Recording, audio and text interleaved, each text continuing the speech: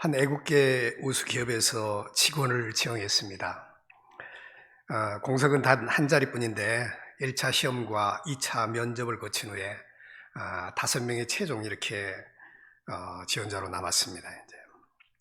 인사가 책임자는 이들에게 3일 안에 최종 결과를 알려주겠다고 통보를 합니다. 지원자들은 각자 집으로 돌아가서 초조한 마음으로 기다립니다. 다음 날 한 여성 지원자는 회사로부터 다음과 같은 그런 메일을 받았습니다. 저희 회사에 지원해 주셔서 감사합니다. 그러나 안타깝게도 귀하는 이번에 채용되지 않으셨습니다. 인원 제한으로 인해 귀하처럼 재능 있고 뛰어난 인재를 모시지 못하게 된 점을 매우 애석하게 생각합니다. 그녀는 마음은 아팠지만 한편으로 생각해 보면은 그 메일에 담긴 진정성을 느낄 수 있어서 아래와 같이 짧은 답변을 보냅니다. 앞으로 회사에 하시는 모든 일이 잘 되길 기원합니다. 감사합니다. 근데 3일이 지나고 나서 그녀에게 뜻밖에도 회사로부터 합격 통보가 날라왔습니다. 나중에 알고 봤더니만 그녀가 받았던 불합격 통지 메일이 마지막 3차 시험이었습니다. 5명의 지원자 모두 그녀와 같은 메일을 받았는데, 그러나 감사 메일을 보낸 사람은 딱 그 여자 한 분뿐이었습니다. 그래서 그 한 사람을 합격시켰다는 거예요. 성경에는 범사에 감사라는 말씀하십니다. 어떠한 상황에서도 감사할 줄 알고 또 그 감사를 표현할 줄 아는 사람이 결국 가장 두각을 나타내더라는 거예요. 저는 이것을 오늘날 기적이라고 이렇게 말하고 싶습니다. 우리의 삶 가운데 이러한 기적을 경험하면서 우리는 살아가야 합니다. 지난해 말 한 여자 집사님에게서 전화가 왔습니다. 오래전에 함께 제자훈련했던 집사님이셨는데 수화기를 통해서 들려오는 목소리가 그렇게 좋지 않아서 급하게 한번 봅시다 하고 만났습니다. 집사님이 한 1년 전에 자원에서 새로운 부서로 이렇게 이동해서 갔는데, 업무도 그리고 특별히 자기가 잘 아는 업무이기 때문에 굉장히 기대를 하고 갔던 모양이에요. 그런데 그곳에 가서 그 동료들하고 이렇게 많은 관계 속에서 아마도 어려움이 참 많았던 것 같아요. 그래서 스트레스도 받고 이렇게 하다 보니까 지금은 우울증으로 치료를 받고 있다, 그런 고백을 하는 걸 들었습니다.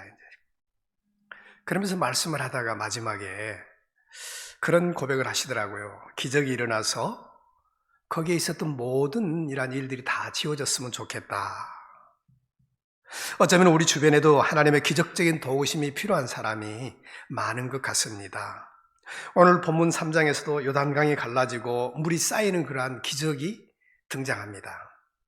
그 배경을 간략하게 설명하면은 여호수아 1장 1절에서 여호와의 종 모세가 죽은 후에 여호와께서 이 모세의 수종을 들었던 여호수아를 후계자로 삼고 가나안 땅에 입성을 하잖아요. 그런데 가나안 땅에 들어가기 앞서서 요단강이 앞에 딱 붙어서고 있습니다. 하나님의 은혜로 이 요단강이 갈라져 물이 쌓이는 기적이 일어난 겁니다. 여러분, 요단강은 오늘날 우리 앞에 놓인 해결하기 어려운 문제라 이렇게 볼 수도 있습니다. 우리 앞에 놓인 기도 제목이 될 수 있습니다. 그런데 이러한 문제가 어떻게 기적처럼 우리는 해결할 수 있는가? 어떻게 기적처럼 해결될 수, 그러한 은혜를 경험할 수 있겠는가? 오늘 본문을 통해서 저는 한 3가지로 이렇게 간략하게 정리를 하려고 합니다. 만약 시간이 지체돼서 끝날 시간이 되면은 중간에 설교를 중지하겠습니다. 명강사들은 강의하다가도 시간 되면 중지한다고 그러더라고요. 제가 여러분의 형편과 처지를 잘 알기 때문에 말씀을 하다가 시간 되면 중지할 테니까 그 뒤로는 여러분이 설교를 마쳐 나가십시오. 네. 우리가 본문을 통해서 3가지로 정리하면, 첫째는 있는 자리에서 최선을 다하라, 그거예요. 우리가 기적을 체험하려면 있는 자리에서 최선을 다해야 한다. 1절 말씀에 이렇게 기록되어 있죠. 또 여호수아가 아침에 일찍 일어나서 그와 모든 이스라엘 자손들과 더불어 시딤에서 떠나 요단에 이르러 건너가기 전까지 거기에서 유숙하니라. 여호수아 이스라엘 백성들이 아침 일찍 새벽에 일어나서 시딤을 떠나 요단에 건널 수 있는 곳으로 이동을 합니다. 그리고 성을 무너뜨릴 때가 이동하고 나서 그 전에 이 여리고성이 무너뜨릴 때도 그 후에 여리고성이 무너지겠죠. 그때도 마찬가지예요. 이제 우리가 여호와서 6장 12절 말씀을 보면은 또 여호사가 아침에 일찍 일어나니 제사장들이 여호와의 궤를 메고, 다시 말하면은 여호사가 아침에 일찍 일어났고 제사장들이 언약궤를 메고 나아갔을 때 여리고 성도 무너졌잖아요. 이제 그리고 또 모세가 홍해 바다를 손을 내밀어 가를 때도 어느 때였습니까? 이제 그때도 바로 새벽에, 출애굽기 14장을 새벽에 여호와께서 애굽 군대를 어지럽게 하사. 그러니까 성경의 큰 기적들은 대부분 새벽에 발생합니다. 이제 이 가나안 땅 정복은 하나님이 이미 500년 전에 아브라함에게 약속하신 말씀입니다. 그 말씀은 수세기 동안에 족장들을 통해서 계속해서 반복해서 확인을 해 주셨어요. 이제 그러면서 뭐라고 했습니까? 너희 발바닥으로 밟은 곳을 내가 모두 너희에게 주었노니, 이미 주었다고 이렇게 말씀하시잖아요. 이제 그렇습니다. 하나님은 그 땅을 주시겠다고 분명히 약속했습니다. 하지만 주께서 약속하신 땅을 내 것으로 만들기 위해서는 아침 일찍 일어난다는 거예요. 아침 일찍 일어난다는 것은 다시 말하면 요즘 말로 우리가 해석을 한다면 있는 그 자리에서 최선을 다해야 한다는 것입니다. 이제 제가 만약 여러분에게 20년의 설교를 했다면 새벽을 깨워라 이렇게 강조했을 것 같아요. 이제 근데 이 자리에 이 말씀을 묵상할 때 요즘 어떻게 적용을 해야 되는가? 하나님이 약속하시고 때가 되면 어련히 이루어지겠지, 그것보다는 막연히 기다리는 것도 중요하지만은 도리어 남들이 잠자고 있을 때 새벽에 무릎을 꿇고 기도하는 것, 그런데 그것이 오늘날에서는 어떠냐? 너희 형편과 처지에 맞춰서 너 있는 그 자리에서 최선을 다하라, 그거죠. 이제 바로 그런 자가 기적을 경험할 수 있다는 거예요. 자꾸 누구 때문에 핑계대거나 게으른 사람은 기적을 경험할 수가 없습니다. 결코 하나님이 행하신 일을 우리는 기대할 수가 없습니다. 이제 예수님은 그래서 마가복음 1장 35절에 그러잖아요. 아침 일찍이 아직 날이 어두울 때에 예수께서 일어나 나가 한적한 곳에 거기서 기도하셨다. 여러분 한번 생각해 보십시오. 홍해를 건널 때도 새벽이었습니다. 요단강이 갈라질 때도 새벽이었고 여리고성이 무너질 때도 새벽. 새벽은 뭘 의미합니까? 오늘날 관점에서 본다면은 우리가 너가 그 있는 그 자리에서 최선을 다하라는 거예요. 그때 하나님의 은혜를, 기적의 은혜를 경험할 수 있다는 것입니다. 이제 제가 코로나기가 이렇게 시작하기 막 전에 그 해 이렇게, 그러니까 몇 년 전이겠죠. 이제 한 경찰서에서 설교를 마치고 일어서는데 한 장로님이 인사를 하면 그러더라고요. 목사님 은혜 받았습니다. 감사합니다. 그러시면서 말씀하시는 거예요. 이제 아니 그랬습니까? 이제 하고 식사를 하면서 같이 얘기를 나눠보니까 그러는 거예요. 이제 이 장로님께서 몇 년 동안 진급을 위해서 계속해서 이렇게 노력을 했다는 겁니다. 그런데 아쉽게도 올해도 안 됐다 그거예요. 이제 정년도 몇 년 남지 않았는데 아쉬움도 있고 한데 고민이 있다는 거예요. 이제 또다시 진급하자고 뛰자니 옆에 있는 동료들에게 민망스럽고, 또 포기하자니 마음속에서는 이렇게 굉장히 아쉬움이 남아있고, 그런데 말씀 가운데 해답을 주셨다는 거예요. 뭡니까? 그랬더니만 이제는 진급이고 뭐고 생각하지 않고 있는 자리에서 최선을 다하고 또 선교회장으로서 직분을 최선을 다해 감당하겠다, 그런 말씀을 하시더라고요. 이제 아이 장로님 그렇습니까? 저도 감사하네요. 그리고 헤어지고 한 1년쯤 지났습니다. 이제 근데 그 장로님한테서 연락이 왔어요. 목사님 저 됐습니다. 아니 장로님 뭐가 됐다는 거예요? 아니 이번에 진급했습니다. 아니 어떻게 그렇게 됐습니까? 저는 사실 이 자리에서 진급을 말하고 싶지는 않습니다. 제가 말하고자 하는 핵심은 뭐냐면은 자기가 있는 그 자리에서 어떤 목적을 갖고 나아가는 것도 중요하지만은 주님께서 주신 그 자리에서 최선을 다하고자 하는 그 장로님의 마음, 하나님께서는 우리가 있는 그 자리에서 최선을 다할 때 하나님의 놀라운 은혜를 경험할 수 있다는 것을 성경을 통해서 우리에게 말씀해 주고 계신다는 거예요. 둘째로 우리가 앞에 문제가 있을 때 어떤 기적처럼 이렇게 해결될 수 있고 하나님의 기적을 경험할 수 있는가? 오늘 본문을 보니까 괴로운 추억을 다 버리라고 합니다. 이제 안 좋은 일을 다 잊어버려라. 1절 중반절 한번 다시 볼까요? 여호수아가 아침에 일찍 일어나서 그가 모든 이스라엘 자손들과 더불어 시딤에서 떠나, 그 부분입니다. 시딤에서 떠나 요단에 이르러 거기 건너가기 전에 거기서 유숙하니라. 여러분, 여기 시딤에서 떠나라는 말씀이 나오는데, 이 시딤이라는 단어의 원어 의미는 뭐냐면은 아카시아, 그리고 또 나무들, 또 중요한 의미가 있습니다. 몽둥이라는 의미가 있어요, 이제. 그러니까 요단 동편의 장소 시딤, 이 이스라엘 백성들에게 이 시딤이라는 것은 굉장히 안 좋은 추억의 장소예요. 다시 말하면 몽둥이를 강하게 맞은 곳이라고 할 수 있습니다. 이제. 시딤은 하나님께 몽둥이를 맞고서 이스라엘 백성들이 괴로워하는 그 장소였던 것이에요. 그걸 개략적으로 이렇게 살펴보는 민수기 25장 1절 말씀입니다. 이스라엘이 시딤에 머물러 있을 때에 백성이 모압의 딸들과 음행하기 시작하였다. 그러니까 이스라엘 백성들이 시딤이라는 지역에 있을 때에 그곳에 있는 백성들, 그러니까 모압 바알보를 믿는 우상을 섬기는 족속이겠죠.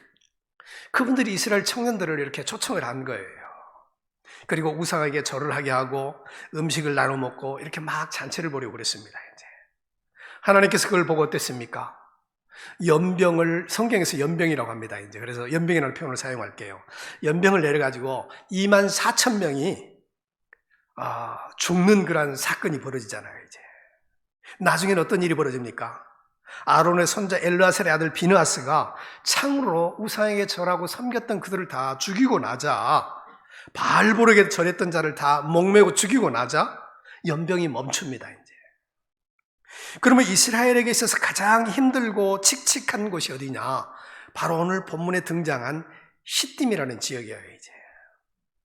우리에게는 알게 모르게 이렇게 우리 자신에게도 시딤이라는 지역이 있습니다, 이제. 가장 힘들었던 곳, 정말 어렵고 해결할 수 없는 그러한 문제가 있었던 곳, 어쩌면 지금이 그런 때일 수도 있습니다, 이제.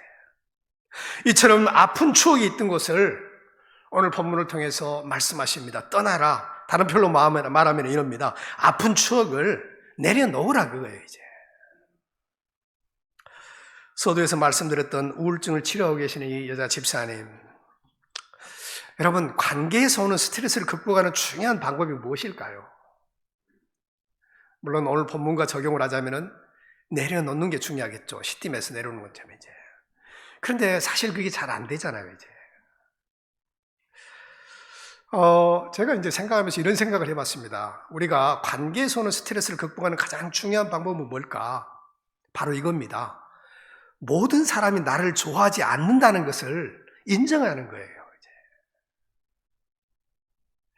우리는 너무 관계 속에서 모든 사람에게 칭찬받고 모든 사람과 관계가 좋아야 하고 모든 사람이 나를 인정해 주기를 바라는 것입니다, 이제.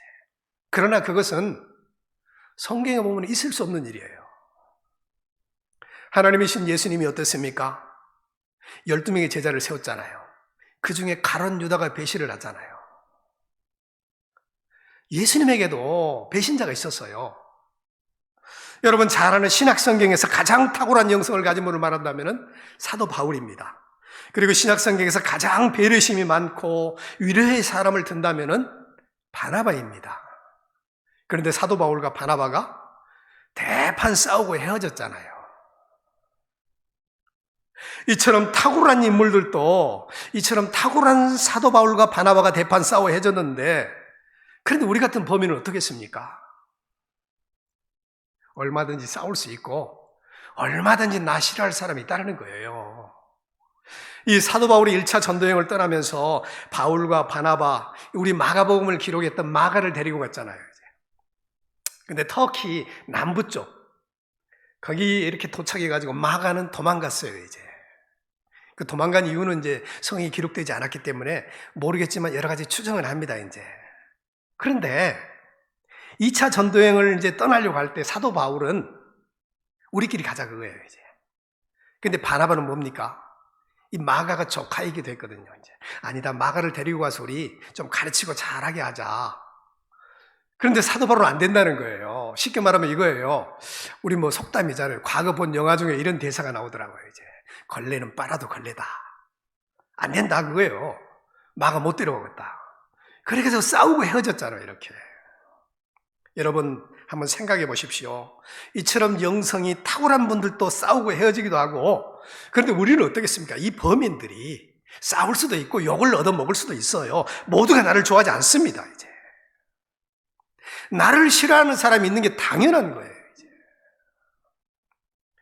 누군가 나를 싫어하고 괴롭히고 모해하더라도 당연한 것으로 여기십시오. 그리고 뒤돌아서서 한바탕 웃고 끝나는 거예요. 이제 허허 웃고 내려놓는 것입니다. 이제 그리고 하나님의 손에 맡기는 거예요.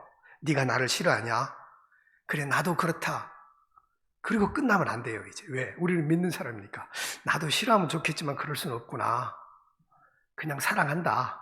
억지로라도 이렇게 고백하십시오. 이제 정말 그 말도 안 나오면은요, 그냥 마음에 묻어두는 거야. 주님, 나 정말 괴로우니까 이거 주님 손에 올려드립니다 하고 나는 벗어나게 해주세요 하고 맡겨드리고 끝나는 거예요. 이제 서두에서 말씀드렸던 그 집사님, 이제 우울증이나 관계 때문에 고통 사람들을 돕기 위해서 그분이 학교를 다니고 있습니다. 이제 아마 치유 상담학을 이렇게 대학원에서 전공한다고 그래요. 이제 다시 말씀을 한번 돌아볼게요. 오늘 본문 말씀의 1절에서 시딤을 떠난다는 영적 의미는 우리 역시 죄악의 곳을 떠나 새 땅으로 가야 할 것을 의미합니다. 가장 아프고 힘든 곳을 떠난다는 거예요. 아픈 일들을 내려놓는다는 것을 의미합니다. 이제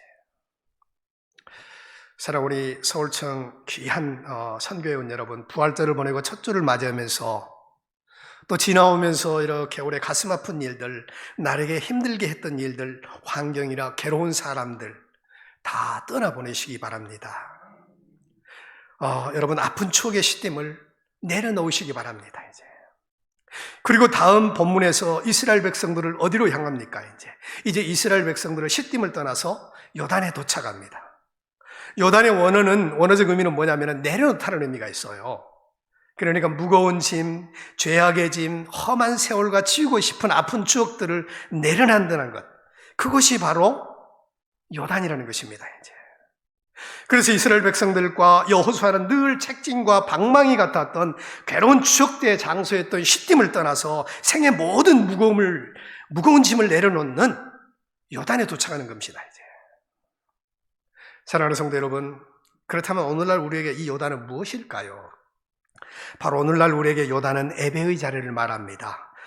우리의 예배도 요단에 이르는 곳이 되어야 합니다. 무거운 짐을 벗어놓는 시간, 모든 죄악의 짐을 벗어놓는 시간, 그게 바로 요단이라는 거예요. 이제 사랑하는 우리 성도 여러분, 이 예배에서 무거운 추억과 힘든 일들, 아픈 기억들 다 내려놓고 주님의 기적을 경험하는 존귀한 백성 되기를 당부합니다. 마지막으로 본문을 통해서 우리가 요단을 갈라지는 그러한 경험을 체험하려면 어떤 걸 해야 되냐? 성결을 강조를 하고 있습니다. 이제 5절 말씀이죠. 여호수아가 또 백성이 이르되 너희는 자신을 성결하게 하라. 여호와께서 내일 너희 가운데 기이한 일들을 행하시리라. 하나님께서는 기이한 일, 기적을 베풀기 전에 성결을 요구하신다는 거예요. 이제 이거는 뭡니까? 성결하라는 건 다른 말로 표현하면은 회개라는 것입니다. 우리의 기도에 응답을 막는 가장 큰 이유 중 하나가 뭐냐? 너의 마음속에 삼춘겨져 있는 죄악 때문이다. 따라서 죄가 우리와 하나님과의 관계를 막기 때문에 이 죄를 해결할 수 있는 유일한 방법은 뭐냐? 하나님께 그것을 아뢰고 회개하고 용서받는다는 것이죠. 이제 저도 가끔 그런 고백을 할 때 있습니다. 마음속에 불뚝불뚝 분노가 치솟을 때가 있어요. 이제 성경은 분명히 그랬잖아요. 내 이웃을 내 몸과 같이 사랑하라. 근데 사랑이 잘 안 될 때가 있어요. 이제 그때 어떻게 합니까? 새벽 3시고 2시고 일어나서 침대에 앉아서 그렇습니다. 하나님, 나 이러한 문제가 있는데 누구한테 참 이 사람 섭섭하게 하네요. 어떨 때는 배신도 때리네요. 주님, 정말 사랑하기도 힘든데 어떻게 하면 좋겠습니까? 주님 손에 올려드립니다. 주님께서 맡아주시고 책임져 주시고 은혜를 베풀어 주십시오. 회개합니다. 그리고 있으면 한 5분도 안 돼서 그냥 잠에 빠져있는 나 자신을 발견합니다. 이제 사랑하는 행복한 우리 또 서울청 성도 여러분, 말씀을 정리하겠습니다. 여호수아는 절대절명의 큰일을 앞들고 백성들에게 회개를 마지막으로 요구하고 있습니다. 이제 여러분, 삶에 있어서 얼룩지고 누추한 모습, 초라한 모습 그대로 나와 하나님께 다 아뢰고 또 하나님께서 주시는 그 새 약속의 말씀을 붙드시기 바랍니다. 예수님의 보혈의 능력을 임할 것입니다. 그 삶에 요단이 갈라지고 물이 쌓이는 기적이 일어날 것입니다. 막힌 것이 뚫리고 형통한 그러한 기적들이 여러분 삶 가운데 충만할 것입니다. 우리 삶 가운데 물이 쌓이는 기적을 경험하는 귀한 우리 서울청 그러한 식구들 되시기를 주님의 이름으로 간구합니다.